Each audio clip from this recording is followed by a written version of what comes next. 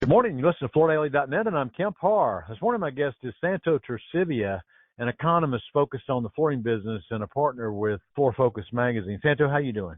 I'm doing fine, Kemp. So big news. My team and you have been working for the last month on this annual report. It's our May issue, and it's now available online, the digital form, and people want to see it, they can go to Floor Daily and click on the magazine cover and go straight to it. It was an arduous task because this is the second year that the market's been down, and it's just hard to get people to tell you exactly how their business is doing. The headline again is that in 24 versus 23, the revenue in flooring overall was down 4%, with the residential replacement being down almost 8%, and the commercial market being up just a hair, under a point, but still positive, right? That's correct. So let's go through some of the details. One of the big news stories is resilient past carpet in revenue for the first time in us doing this annual report. It's just a hair bigger, but the resilience piece of the business by category is bigger than the carpet business. Resilience 31.1% share and carpet's 30.9%. Yeah, that's a long time coming, and it's you could see it coming, and it's finally here. So Resilient finally got the crown. We go through the top 10 suppliers in the business, and this is based on U.S. domestic sales. Shaw is number one at $5.2 billion. Mohawk is number two at $4.6 billion. EF is number three at $1.47 billion. MSI is number four at $1.4 billion. Mannington right at $800 million, number five. Interface number six at $740 million. Tarkett is number seven at $695 million.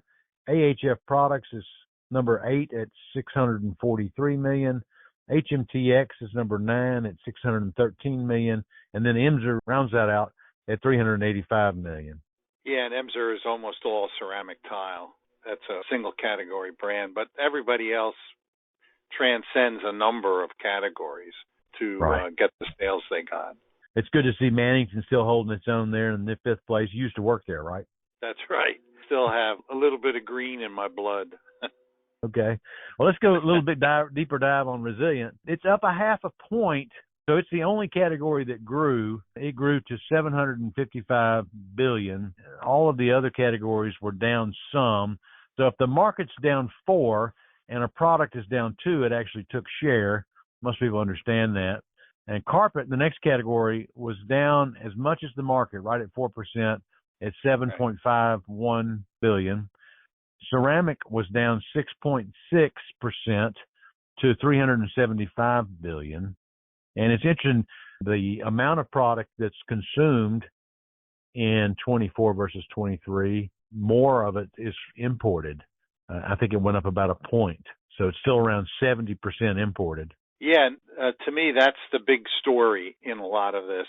Imports you could say, saved the day. They were not down as much, let's say, as domestic production. They kind of held up each category. You were telling me that imports represented 57% of the business, and when you consider that carpet is mostly still a domestic product, that's up considerably from 10 years ago, right? That's right. 10 years ago, imports represented only 38% of the total market. Today, there are 57% of consumption. So the flooring industry, like the rest of the country, has become more and more import dependent. Now, these tariffs may shift some of that, and we got a 90-day reprieve today, so it'll be some time, I think, before we can sort all this out, but we have 3 months to do it. Let's finish out the rest of the categories. Hardwood was down the worst. It was down 13.4% to $2.07 billion in revenue. And, the sales there in that category were mostly on the luxury side of the business. And that's where we're seeing, a lot of the movement on the residential replacement, the people that don't have to borrow money to get some of these projects done. The next category is area rugs. It was down 5.1% to $1.86 billion. Interesting story there is that a lot of the production in the U.S. that was focused on area rugs has shifted offshore. The broadloom business that's custom surged, that's not part of these numbers. These are products that are made and sold purely as area rugs, mostly in the home centers. And then the last category was laminate. It was down 3%, which means it took share because the market was down 4% at $1.07 billion.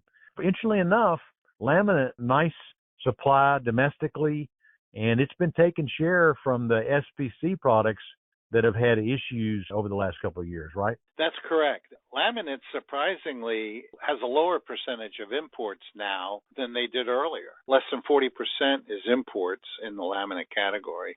And a lot of that has to do with the domestic producers that are both producing for their own brands and for private label. We have a number of foreign companies with plants here, and that's helping that market.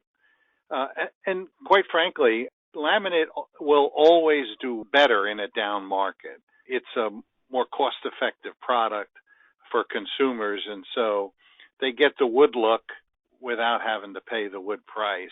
But with wood flooring, it's always going to be the case the people who have the money and want the real thing are always going to opt and can afford to opt for real wood flooring. Well, Santo, we couldn't have done this report without your help. We really appreciate it. Again, been talking to Santo Torcivia about Floor Focus's recently produced annual report, and you've been listening to Kemp Harr and FloorDaily.net.